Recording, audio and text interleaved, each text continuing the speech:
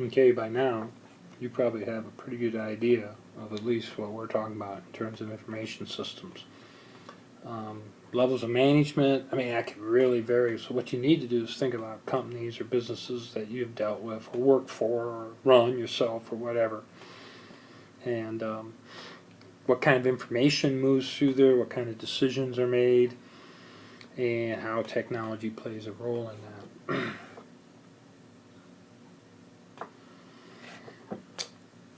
How systems develop, we're going to go next. Just to review, levels of management, levels of information, talked about that.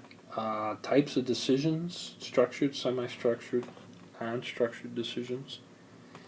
And in here we also talked about whether the information was detailed information, is it summarized, and how current can it be. Nowadays information can be so current. In terms of making decisions and transaction processing, MIS, the whole field of MIS. Decision support systems, remember you can get the software or you could develop the software yourself. Okay. Executive support systems designed just for making decisions. Alright, now we're at the development. Okay. You could actually have a course at each of these different levels. So let me iterate again, make sure you read through the section. We're now doing the video, and then you're going to complete the outline. Life cycle of a system. We have an idea of a system, okay, so we develop an idea, okay. A lot of systems develop based on a concern or a problem or something you want to fix or something that could work better, okay. Years ago when I grew up, you either wrote a check or you had cash. There was no other options. Okay, so that system, we kept the cash, and we're slowly converting this to more of a, let's say, credit card or debit card system. Okay, so this system is running a life cycle. It's probably not going to end a while, but it's getting near the end of its life cycle. When you buy a car, you keep fixing, and pretty soon its life cycle is done, depending on how you approach that. So a lot of information systems come out of a need, and then that need then is developed into a system. And we are already defined systems, right? Okay, a little bit earlier, just like the human system. You know, we were born. Yeah, we got a life cycle. We were born, and then we get into what they call our productive years, and then a little less productive years, and eventually we die. Okay. During times in there, we keep fixing things, but you can only fix it so many times. Information systems do the same thing. They create out of a need, almost always. Not, all the time, but most of the time out of need or a desire or a better way to do something we currently do. And they develop into a system. We keep fixing the system, but eventually that system has a life cycle to where we move to something else. Sometimes technology forces us into something new, I grew up listening to 45s. It was great. And then we had those 8-track tapes, and then we had tape, reel-to-reels. I remember those, and music has moved into where it's digitally now, and we just move it that way. So we have life cycles, okay? The first design we're going to talk about is top-down design. We're going to say bottom-up design for another session, okay? So here we go.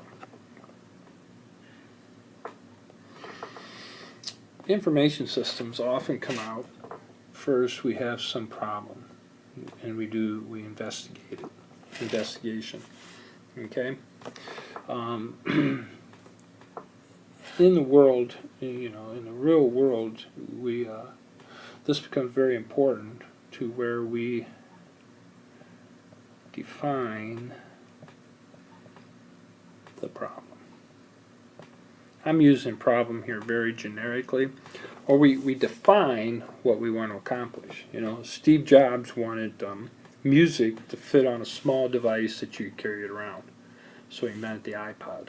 He didn't go out and interview lots of people and say, hey, what would you like? As Steve Jobs always said, he doesn't care what the people like because he knows what they need. So he designed, you know, and they come up with products. So you define, you got to be very specific defining what you want to accomplish. Okay, if you're designing an information system for something, you know, what's it going to accomplish? You know, what is the problem? What are we trying to solve with this information system? Okay, I'll give you a great example. There's an app, I'm told, I've never seen it actually work, that is used at a college, and the app will tell you if a wash machine or not is currently functioning, and if somebody has clothes in it, and how long it'll be before the clothes are done. Which then you can avoid walking all the way down in the dorm to the area where the wash machines are until you're sure one is available. Okay? Now, analysis. Once you have the problem defined, then we analyze the situation. This can be a lot of work. Okay? You have to know the flow of the information. It could be a lot of work. What information goes to who? Is there new information we can get? How can we manage this information? You know, manage all the different entities. The analysis stage is extremely important in designing an information system, because you don't want to start designing until you have the analysis done. Okay? So it's kind of like if you were going to build a house. You really couldn't start building a house until you knew lots of things first. In fact, you can't design it until you've done a great analysis of what you want to do. So in here we have flow charts, we have what kind of reporting, what information go to who, and so forth. And then you keep reiterating it. You keep reiterating it because a mistake here can cost a lot of money if it flows down through. An example, if you're designing software for a new air traffic controller, you wouldn't want to make too many mistakes, because there's hundreds of people, thousands of people in the air that can't afford for you to have a flaw in the design or the analysis of the design of what you're doing. The next step then is the design. We can use all kinds of tools to design how an information system might work.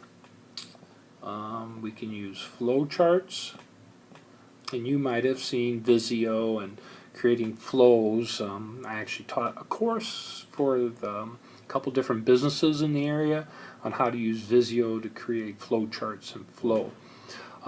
If you're designing code, you can use flow charts, or you can use pseudocode. It's like code, but it's easier for the business people to understand, and it also shows how the software will flow, how it will work, and how the information is going to move through. Okay? All kinds of tools. So this would be the blueprint. Let's just say the blueprint of how it's going to work. And then the same thing. You keep reiterating this. This is called a feedback loop. You keep reiterating it until you're sure it's correct. Because you don't want to start building unless you're sure it's correct. So if you're building a house, okay, you don't want to dig the basement and then All of a sudden somebody says, yeah, I'd like the basement to also be under the addition off the side. Or you don't start building the house and then say, yeah, let's move the kitchen to the other end. You just, you know what I mean? Changes down the line can be really expensive or detrimental to finishing the project. Now, development. We actually start putting it together. We actually start building the system. Okay, the design is done and we're ready to go. So there's two major areas. There's hardware, which some people mistakenly think is the expensive part, and then there's software. And which other one am I going to list? Come on now, think about it. Which other one am I going to list? I would guess it would be a phenomenal number of how many systems fail because the people weren't brought along in the system. They didn't know how to use it, they weren't trained, or they resisted the system. I've seen computer systems come into different businesses in the mid to later 80s, and the people were so resistant of the systems, they never got used. It was years that they sat, and they were used very minimally. They had all this expensive software that wasn't used. So you got these three parts make these systems work. Okay? And then you got in the development, you're going to, somewhere's in the design, you're going to decide, okay, a range of, are you going to just buy software off the shelf, or are you going to make it, or probably end up somewhere in the middle, buying something you can customize. Okay, which is the most expensive? Programmers can be very expensive, especially if you're designing software that's very unique, different than any other software that's on the market, or different than anybody else's software in your particular business. I have been to seminars and I have read part of the reason Walmart survives like they do, that Walmart sells so much, is because of their information system. They do such a great job of having the computers order the products from the vendors. They do such a great job of being able to manage their inventories so they don't have rakes left over at this time of year, because it's going in the winter right now and people aren't buying rakes right now. They just do, their information system does such a great job with that, where people couldn't do that. They couldn't keep track of it. And I've got tons of stories about them and Kmart and a lot of the retailers that, so rely so much on these information systems. So Walmart, they made their own. Okay, and their IT people are in big demand to help other companies make it because theirs works so good. Just an example. I'm not a Walmart fan except for their information system. So it's extremely expensive to make it, but it might build a competitive advantage for your company. Did you catch that? If nobody else has something like you have, that might be a competitive advantage for your company. Software makes it work. Why did people leave MySpace and started using Facebook? It wasn't because they were in love with Mark. They liked how the software worked better than the software from MySpace. The features or something in there better. Okay? Big deal. Got to decide what you're going to do. This is a combination now of, it's done during the development, but it's probably decided during the design. Okay? Did you catch that? All right. A couple things then on implementation. We're going to implement it. So you test the heck out of it. Somewhere's in the analysis you created test data. Okay, you got data. You say, now this is the kind of data we're going to put in the system. So, we're going to need to test it. So down here you test it. There's lots of ways to test. You're testing during this stage, and you have checks and balances. And so you get to the point you're ready to try it. One thing you can do is you can do you can do a pilot, right? You could run it in one store, it works good there, then put it in your rest. I don't know how some stores do it, but like Fairway, they switched over from the old checkouts to the new checkouts in not so many years ago, and I would guess they probably had it all ready to go, put it in a store, ran it for whatever X amount of time, and then said, hey, here are the bugs, and then we do that feedback stuff, right?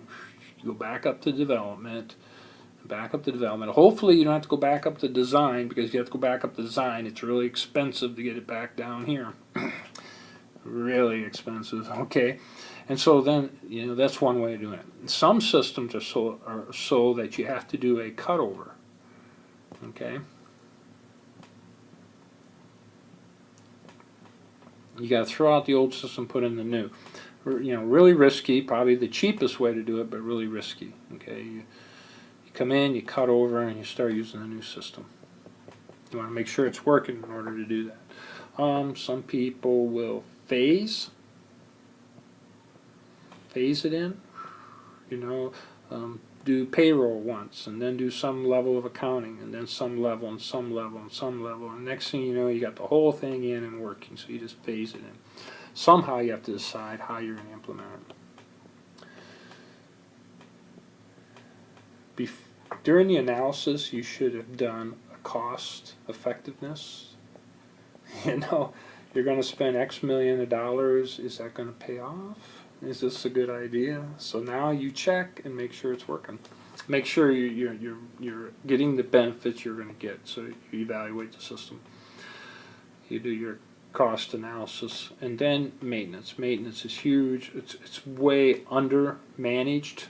People don't figure out how much money they need to spend on maintenance. Software updates.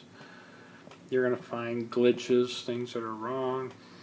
Sometimes it'll take you all the way back up here where you have to reanalyze how you do something and then work your way back down through and then implement your fix. Anybody who's worked with Windows software knows you get updates all the time. Operating system and Windows 10 or something, they do this. They did an analysis, they designed it, they developed it, and they implemented it somewhere and tested it, and then now they're evaluating and maintaining it. This stuff happens constantly in software companies, constantly. All right, that is more than enough on that. We'll repeat the highlights on the next video.